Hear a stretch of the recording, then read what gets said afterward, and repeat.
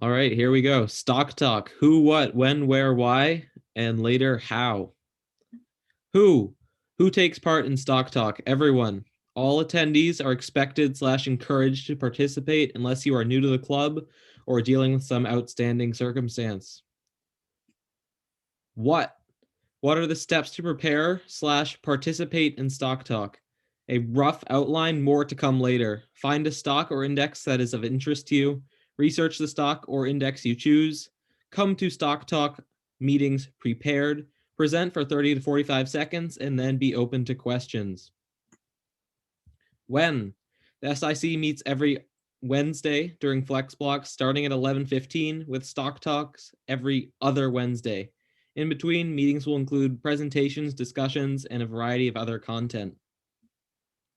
Where? Mr. Rice's Flex Block, Zoom link, and password will always be available in the WhatsApp description.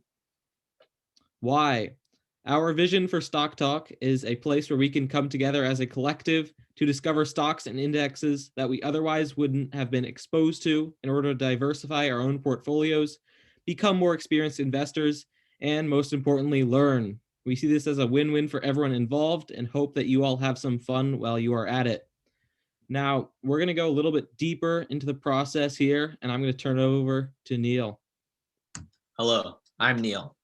I'm going to make this as quick as I can. Stock talk, stock squawk, whatever you want to call it, isn't going to be worth anything if you guys aren't researching properly. Now, researching is really essential, and I'm going to teach you exactly how to do it. Research necessities. These aren't nice to haves. These are essentials. You need to do this before investing, looking at, even thinking about buying any company or ETF. Strategic SIP. Now, there are a lot of different factors. I'm not going to cover all in my presentation, but I'm just going to give you a quick rundown. You want to know company's performance, a company's debt, profit margins, company's influence, and economic moat. We're going to teach you what that is, and inherent value. Remember, the biggest mantra that you're going to hear from this club is that we aren't investing in numbers or stocks or tickers. We're investing in companies, and companies have business plans and futures. Continue. Look at that guy. That's the kind of research you're going to want to do. Let's take a look at Verizon. Ticker is VZ. You can pull it up on your browser right now and follow along with me. I want to apologize to my celebrity crush, AT&T. I'm not going to be investing in you. I love her. Continuing.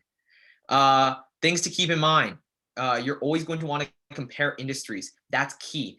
A lot of the market and a lot of these ratios and numbers you're going to see don't mean anything if you're not comparing it to other companies doing the same thing. You're not going to be able to compare Crocs and Coca-Cola. Those two companies do two completely different things, but you can compare AT&T and Verizon.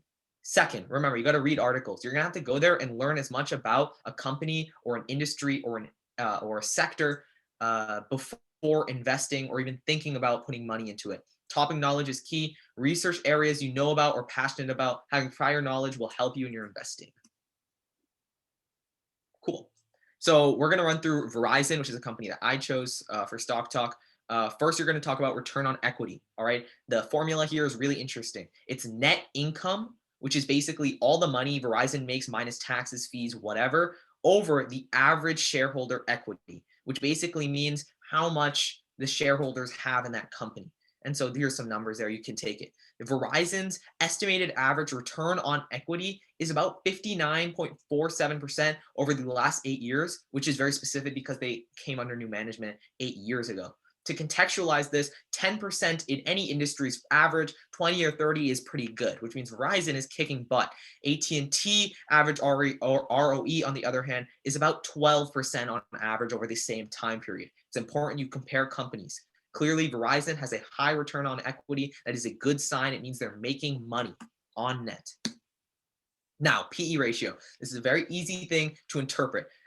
It seems complicated, but it's literally it's kind of difficult to explain. But all you need to know is if you have a PE ratio of 13, like Verizon, which is very low, right? That means you have to invest $13 to claim $1 of earning.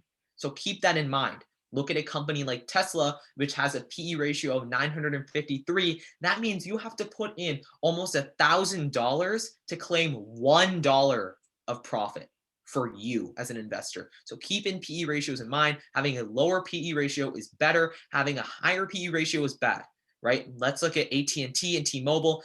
AT&T has a PE ratio of about 19, T-Mobile about 52, right? Much, much higher than Verizon, which means generally analysts will say it is undervalued. It's really important. Again, make sure you're looking at the PE ratio and you understand what that means. If it has a high PE ratio, kind of like T-Mobile, especially like Tesla, right? It means, as EDP is saying, overrated, in my opinion. Next, debt.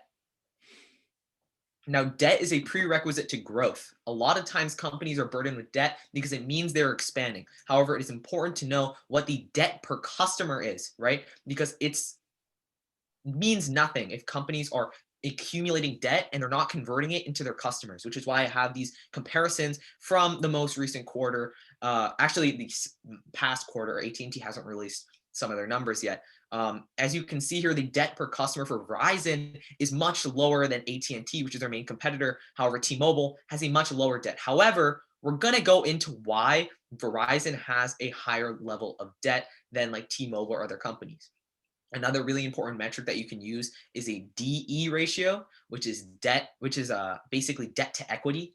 And that ratio, again, you want it to be as low as possible generally. However, there are some exceptions, as I'm going to explain in my next slide. Verizon's DE ratio is about 4, or is about 3.6, right? AT&T's is about 2. Okay. Next. Yeah, that was my however. However, there's a reason why Verizon has a high DE ratio. And that comes in and ties in with a moat. Now, an economic moat is basically a company's competitive advantage or niche. What that basically means is what is Verizon doing that sets itself apart from other competitors or other companies that do the same exact thing, right? Now, Verizon is heavily expanding into 5G. Now, they say that they will expand their wave cells, right, from 14,000 to 30,000 by the end of 2021. That's a lot. That's almost twice expansion, right? A 2 times expansion. Okay. So remember, high debt can be linked with growth. Make sure you're reading articles and you understand why they have a high debt. This 5G is honestly the future, and it's going to be very lucrative in the future for a lot of different reasons. I suggest you read about it, but we're running out of time. Now, Verizon's big winner, and a lot of something you guys should know about stocks is there's something called dividend yields. We haven't covered much in this club, but dividend yields are basically at a very fundamental level, companies give out a percentage and just cash to their shareholders. They do that either annually or quarterly, and those yield percentages can go up or down. And so Verizon has a very high dividend yield percentage, about 4.5, and it's estimated to go up because this 4.5 number we just got, but it's estimated to go up because of 2 main reasons. One, their expansion into 5G, and then 2, Berkshire Hathaway recently put almost $9 billion into Verizon, and Warren Buffett, who is we've already talked about him, is very confident in the company. So that's also a very good sign. AT&T does have a higher dividend yield. However, you have to understand that higher dividend yields can also lead to lower long-term growth. That's why Verizon's the big winner, because it does the best of both worlds. A, you get almost 5% cash back from these dividend yields. And then 2, the stock itself and the intrinsic value of the stock is going to go up long-term because of their 5G expansion, and also their PE ratio is low, which means they're undervalued. It's highly likely with their high amount of profit coming in. We saw the return on equity, right? Almost 60%. The cost of the company and the value of the company is going to go up. And so is the dividend yields. That's Doge account on the side. Overall, here's the breakdown. We invest in companies, now stock prices, I already mentioned that. Right? Verizon has a lot going for it. It has a high return on equity. It has an amazing PE ratio of 13.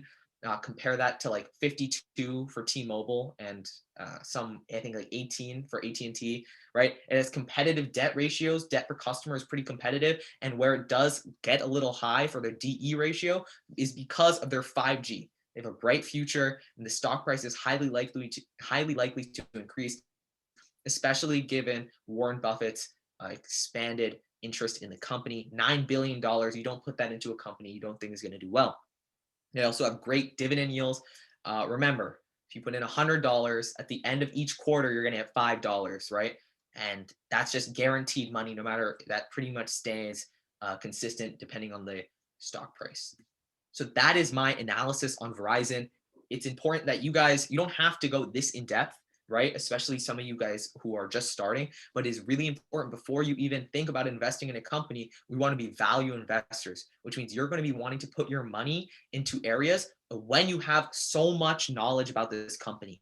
You want to have these numbers on the back of your hand and you want to know that this company has a future. It's very, very easy to be tricked by mainstream media or by what you're hearing online, and maybe that guy you hear on Reddit or something is telling you it's 100% going to go up.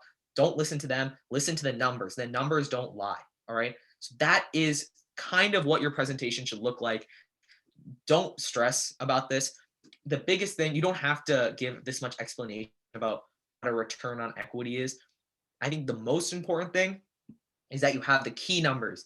You have the stock price, you have the return on equity or profits or whatever, right? You have the moat. That's a requirement. You know what I mean? You're going to have that. And basically just your own opinions and analysis of where do you think this stock is going to go? Doing that's going to make Stock Talk, Stock Squawk, whatever you want to call it, it's going to make it a lot better. And all of us are going to get a lot more out of it. Okay, that is, I think, the end. Yes, that Thank is you the for end. that. Just before we do wrap up, I want to say feel free to go back and review some of these terms. I know we introduced some new stuff. I know we went pretty quick, but you really need to have a fundamental understanding of these in order to do really high quality research. So go back, pause the video, make sure you can conceptualize what's going on with these terms, these metrics, and that's all we have for today. Take care.